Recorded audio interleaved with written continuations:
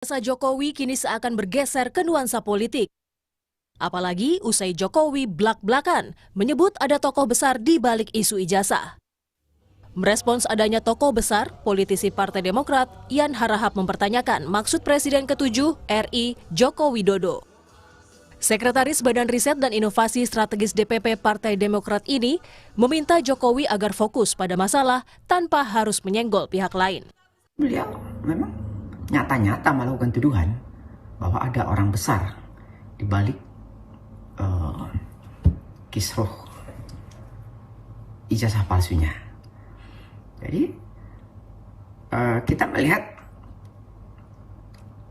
kurang pas ya seseorang yang pernah memimpin Republik ini selama 10 tahun malah melakukan tuduhan yang sifatnya insinuasi. Karena Pak SBY sama Partai Demokrat itu kan memiliki jejak rekam yang panjang dalam menjaga demokrasi dan etika politik. Alangkah baiknya ya selesaikan saja masalahnya dengan pihak-pihak yang terkait tanpa harus menuduh ke sana ke sini. Sementara itu, Joko Widodo menyatakan tidak pernah menyebut nama tokoh ataupun partai politik tertentu terkait dalang di balik isu ijazah. Jokowi pun menegaskan tidak pernah menyebut Partai Demokrat termasuk Presiden ke-6 Susilo Bambang Yudhoyono terkait isu ijazah. Saya nggak pernah berbicara masalah warna. Katanya orang besar itu Pak Jokowi nggak mengetahui ya? Bukan nggak mengetahui, saya sampaikan ada orang besar yang membackup. Tapi sekali lagi jangan ada yang merasa tertutup, apalagi sekelas Pak SBY. Beliau adalah negarawan yang baik. Tapi tidak ada sangkut paut dengan partai lainnya, tidak ada sangkut dengan partai politik. Saya tidak pernah mengatakan itu. Sebelumnya, Ketua Umum PSI yang juga putra bungsu Jokowi Kaesang Pangarep bilang, Jokowi tak pernah menyebut nama dan parpol. Menurut Kaesang, hubungan Jokowi dengan SBY yang juga pendiri Partai Demokrat selama ini berjalan baik. Yang saya lihat ketika Bapak berbicara, kan tidak ada menuduh yang partai biru. Saya juga melihat kemarin dari Partai Demokrat bersuara juga. Tapi kita semua harus tahu hubungan kami dengan keluarganya Bapak SBY sangat baik. Dan saya pun juga ingin berencana ketemu dengan Pak Ketum Demokrat, Mas AHY, semuanya untuk bangsa ini. Tidak ada yang saling menjatuhkan. Tudingan adanya orang besar di balik isu ijazah awalnya diungkapkan Jokowi. Saat itu, Jokowi bilang tak hanya orang besar. Jokowi menduga ada agenda besar politik di balik isu tersebut. Tim Liputan, Kompas TV.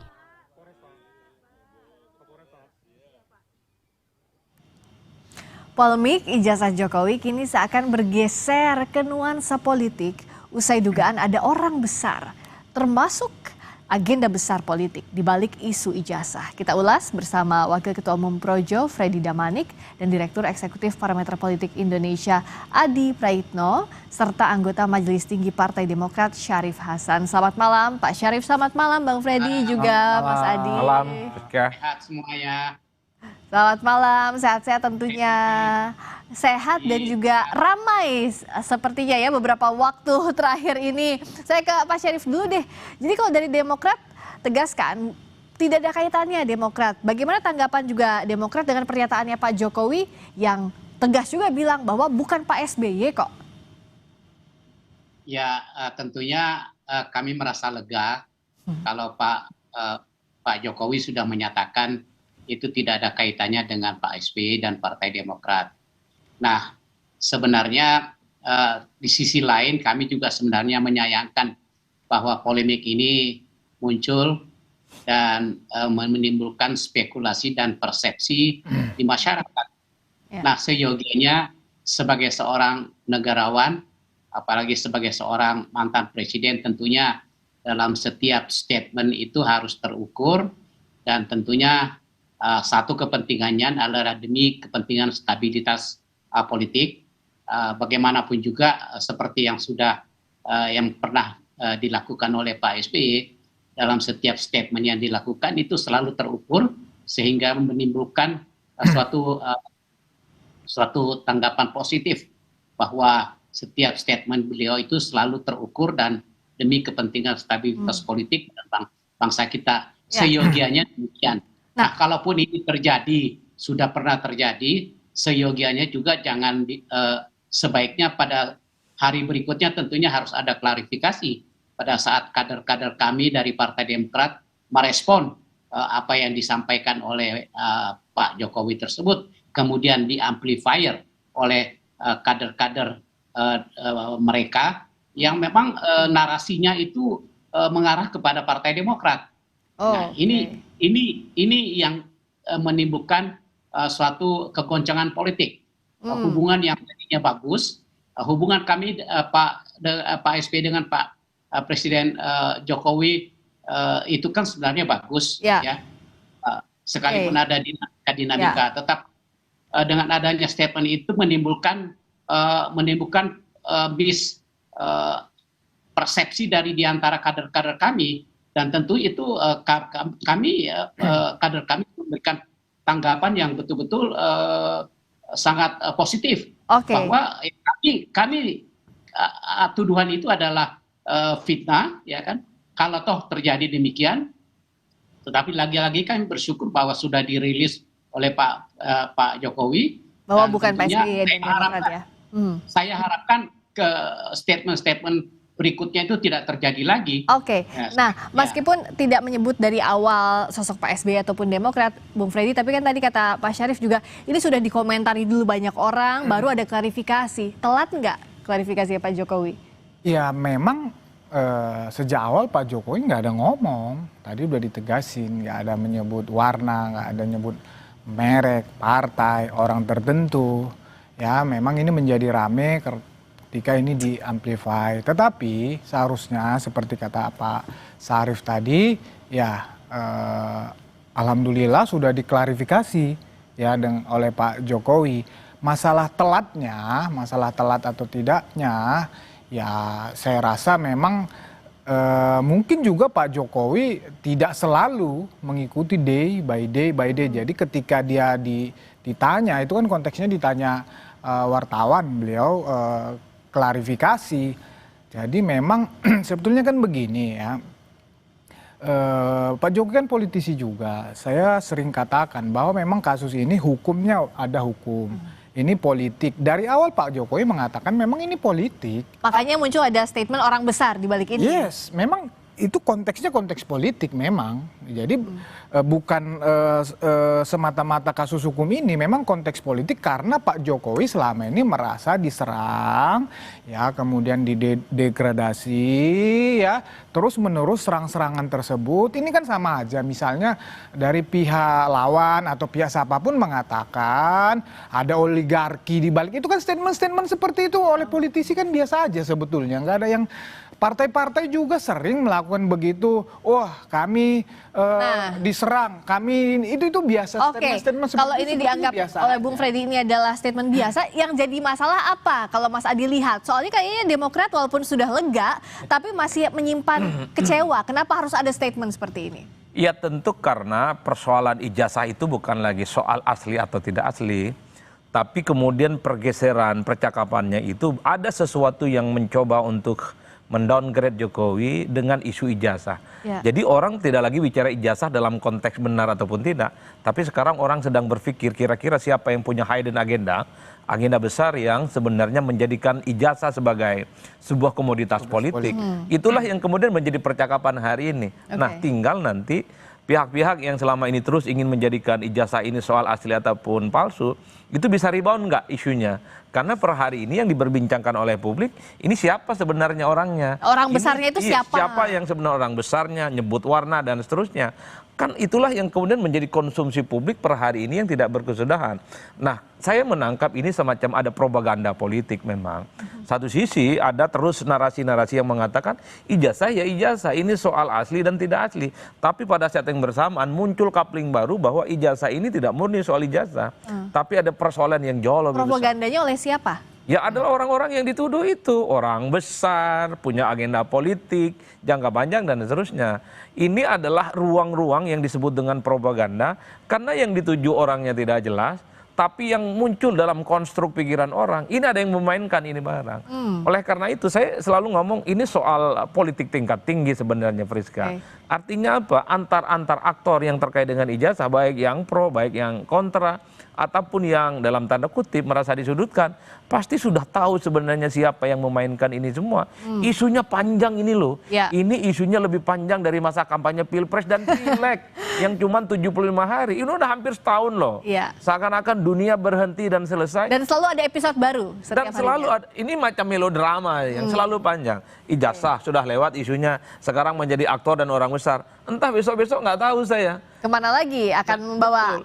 Apalagi dikaitkan dengan warna tertentu. Kalau di kampung saya kan biru ada dua, biru langit dan biru daun. Kalau biru langit itu adalah biru yang identik dengan warna sejumlah partai tertentu. Kalau biru daun ya seperti partai-partai yang logonya hijau. Hijau aja dibilangnya biru daun ya. Itu biru daun. Tergantung, itulah yang saya sebut. Politik itu kan soal persepsi.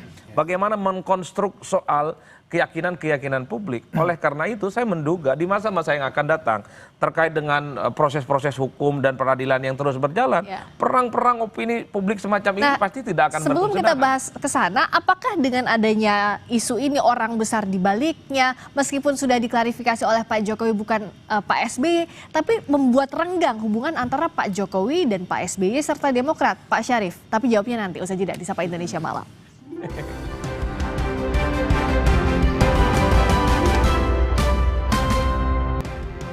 Kita masih membahas soal dugaan ada orang besar termasuk agenda besar politik di balik isu ijazah. Masih bersama dengan Waktum Projo, Freddy Damanik, Direktur Eksekutif Parameter Politik Indonesia Adi Praitno, serta anggota Majelis Tinggi Partai Demokrat Syarif Hasan. Pak Syarif, dengan adanya isu ini kemarin ada orang besar di balik ini meskipun sudah diklarifikasi Pak Jokowi, jadi renggang atau enggak hubungan antara Pak SBY, Pak Jokowi juga Demokrat? Ya, pertama-tama kami tegaskan bahwa kami juga bersyukur karena ini sudah diklarifikasi oleh Pak Jokowi. Itu satu. Yang kedua, sekalipun masih ada residu daripada akibat daripada statement pertama tersebut. Dan kami Partai Demokrat memiliki keyakinan bahwa kami sudah terbiasa untuk difitnah, kami juga sudah biasa untuk dirongrong, dan kami dalam setiap kesempatan manakala kami sudah bisa mengatasinya, tentu dan orang yang minta maaf misalkan ya tentu kami akan bisa mengerti. Nah, tetapi kami katakan bahwa perjalanan historis daripada kondisi politik tersebut itu tidak serta-merta akan kami lupakan. Jadi sekali lagi hubungan kami masih tetap baik. Kalau ada pernyataan demikian ya kami bisa maklumi. Dan masih ingat bahkan kami pada saat partai kami akan dibegal oleh orang-orang istana, dalam hal ini jadi sideback juga ke sana ya Pak Syarif ya. KSB, di mana adalah orang dekat daripada kepala pemerintahan pada saat itu. Kami juga sangat yakin bahwa ini ada hidden agenda, tapi kami hadapi. Kami hadapi dengan kami dengan tekun, dengan betul-betul komit bahwa kami yang benar itu adalah yang benar.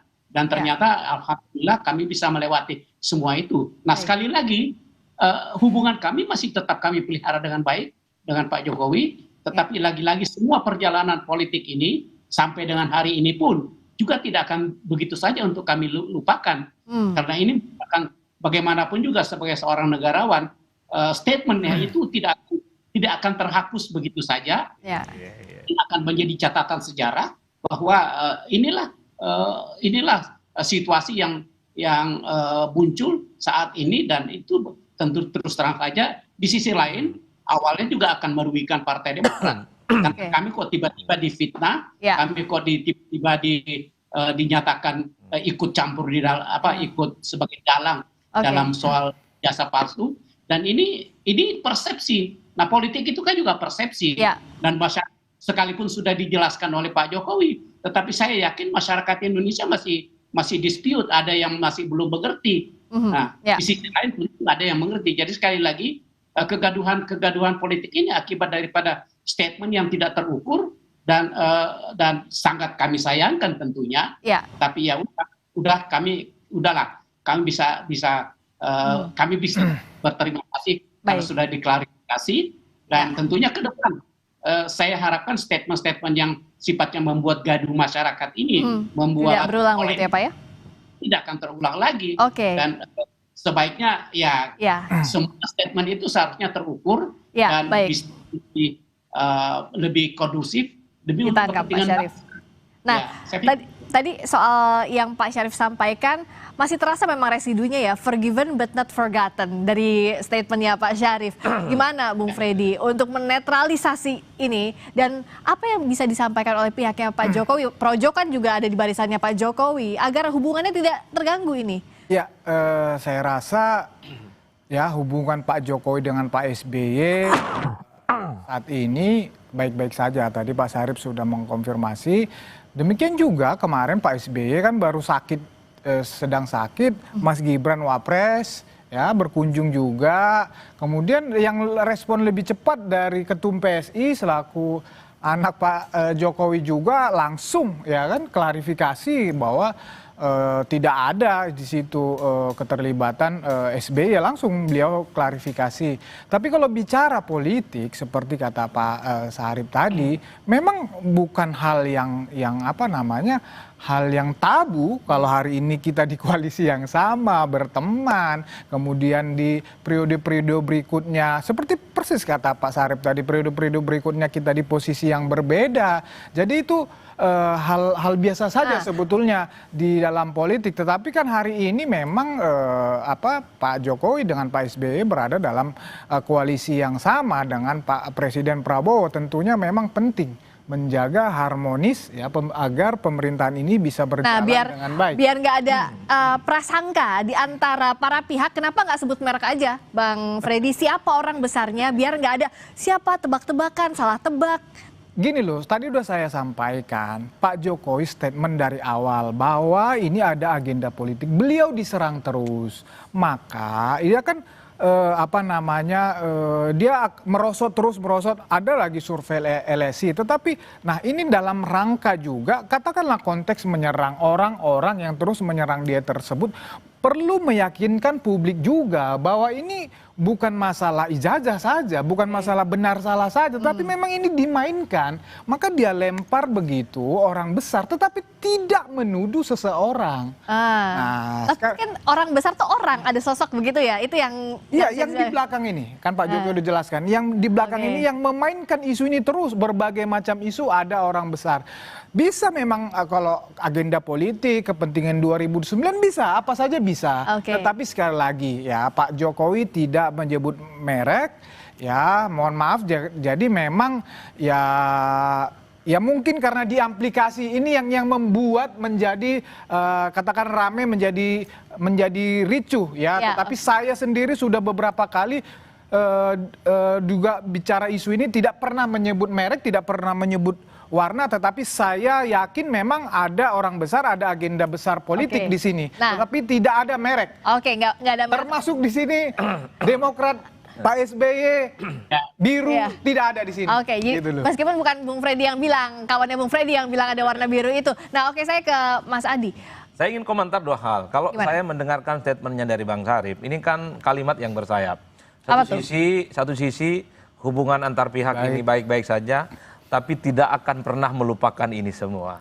Sepertinya cukup membekas. Forgiven but not forgotten tadi kan? Ini saya kira akan panjang jalan ceritanya, karena saya kira kawan-kawan Bang Syarif semuanya melihat ini sebagai sebuah tuduhan yang cukup serius, sekalipun tidak disebutkan merek dan siapa orang. Dan bukan Pak Jokowi yang nyebut. Betul. Nah, yang kedua, yang secara prinsip, kalau dulu kita melihat Jokowi itu biasanya versus anak abah atau versus anak banteng. Kawan-kawan PDIP per hari ini versus ya. bahwa Jokowi versus orang besar. Ini nggak tahu siapa orang besar.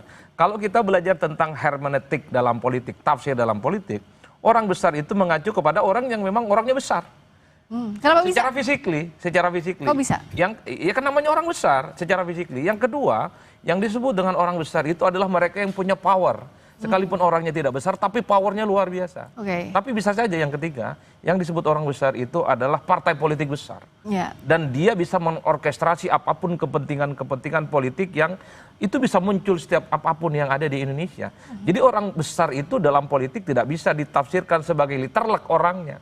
Tapi lihat apakah dia kekuatan punya power, di balik itu. apakah dia punya kekuatan, apakah dia punya kekuasaan untuk mengorkestrasi itu semua. Nggak bisa dijawab siapa berarti? Nah itu yang sulit karena orang seperti Pak Jokowi tentu setiap statement-statementnya itu tidak mungkin didasarkan atas sesuatu yang sifatnya tidak terukur. Oke, nah kalau terukur ini jadi melodrama, bisa jadi juga ini terukur dalam arti mungkin Pak Jokowi sudah dirancang juga atau sudah dikelola. Misalnya apakah iya Pak Jokowi juga mengelola isu ini agar terus diamplifikasi, terus muncul isunya? Kalau dikelola kurang tahu persis, tapi secara umum ini ada semacam perubahan pertarungan secara politik. Kenapa bisa? Bahwa ijazah ini hanya sebatas komoditas untuk membangun persepsi. Ini pertarungan politik antar aktor, antar kepentingan, dan dikait-kaitkan dengan politik jangka panjang. Salah satunya di 2029.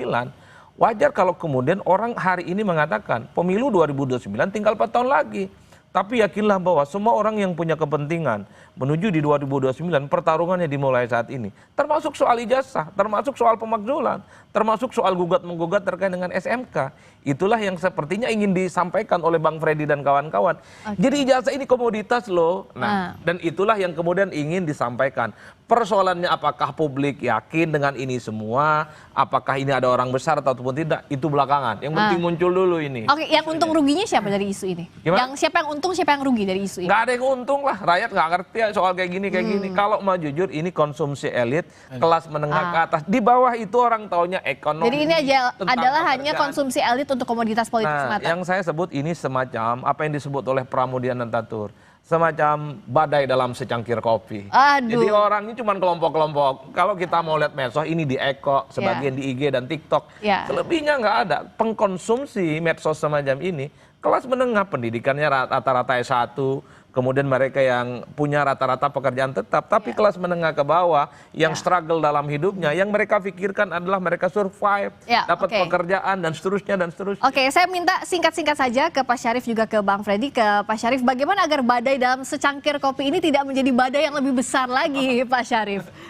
Iya, kalau kita berbicara tentang ke depan, ya mari kita himbau agar ya mohon maaf dengan segala rendah hati, marilah kita meniru cara berpolitik yang santun dan cara politik yang terukur dengan satu catatan untuk kepentingan bangsa dan negara. Pak SBY dalam setiap statement politiknya tidak pernah ada saat menimbulkan suatu diskursus di masyarakat. Selalu mengutamakan kepentingan bangsa, selalu berbicara tentang bagaimana keutuhan bangsa. Nah, ini yang harus kita kedepankan. Nah, ke depan yang kedua yang saya inginkan juga agar statement tentang orang besar ini sebaiknya kalau memang betul-betul murni hanya merupakan wacana saja atau asumsi saja, ya tolong dijelaskan saja, tolong dikatakan saja. Nah, yang ketiga adalah singkat saja Pak. Ya, kalau ada persoalan sebenarnya selesaikanlah persoalan itu dengan baik. Bukan dengan menggantungkan persoalan itu sehingga masyarakat pun itu seakan-akan terbuai dengan isu-isu yang sebenarnya tidak perlu dan gampang untuk diselesaikan. Saya pikir itu demikian mari kita bangun semangat kebersamaan demi untuk kepentingan bangsa dan negara. Nah, itu dari catatan Pak Syarif tadi, Bung Freddy, singkat saja apa yang bisa dilakukan agar tidak jadi beliung nih yang ada di cangkir kopi tidak jadi beliung badainya? Ya, saya rasa begitu tadi kita sampai di studio ini ya udah mendengar klarifikasi Pak Jokowi ya bahwa tidak tidak ada sangkut pautnya dengan Pak SBY. Ya, Pak SBY sebagai negarawan saya rasa ini harusnya sudah selesai. Ya, sudah selesai, tidak perlu diperpanjang. Dan mengenai teman-teman itu juga saya juga ada berkomunikasi, mereka juga tidak tidak akan terus lagi memainkan ini karena memang sudah diklarifikasi oleh Pak Jokowi. Demikian aja. Setelah episode orang besar, apakah ada episode melodrama lainnya soal kasus ijazah ini? Kita lihat bersama-sama. Terima kasih Bung Freddy, terima kasih Mas Adi, terima kasih juga Pak Syarif Hasan. Selamat malam, sampai ketemu lagi.